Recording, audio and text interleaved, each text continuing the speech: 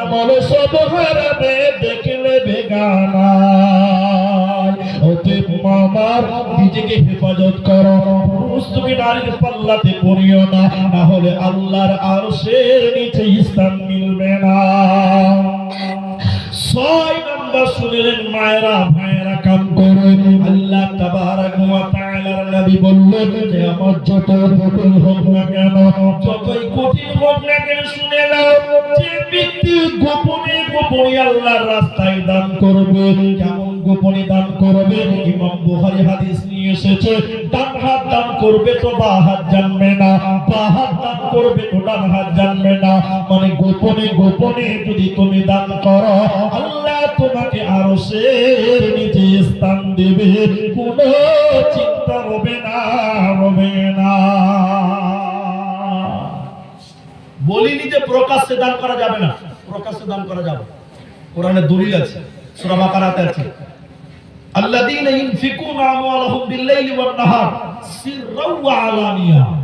প্রকাশ্যেও এবং গোপনে দুই ভাবে দান করা যায়। তো উত্তম বলা যায় গোপনে দান করাটা উত্তম। ফজিলত বর্ণনা করা হয়েছে যে গোপনে দান করবে, আল্লাহ তাকে কিয়ামতের দিন আরশের নিচে স্থান দিয়ে বলেন সুবহানাল্লাহ। কিন্তু এখনকার মানুষ এটা পছন্দ করে না। কোন এক জালসাতে একটা ছেলে আমাকে টাকা দিয়েছে 1500 টাকা। কত? 1500। কত? 1500। তো স্টেজে আসছে, লাস্টে আমার পালা এসে ভাই আর মাইকে বলতে পারিনি, ভুলে গেছি, এরকম 1500 টাকা দিয়েছে ভাই, রেখে দেন।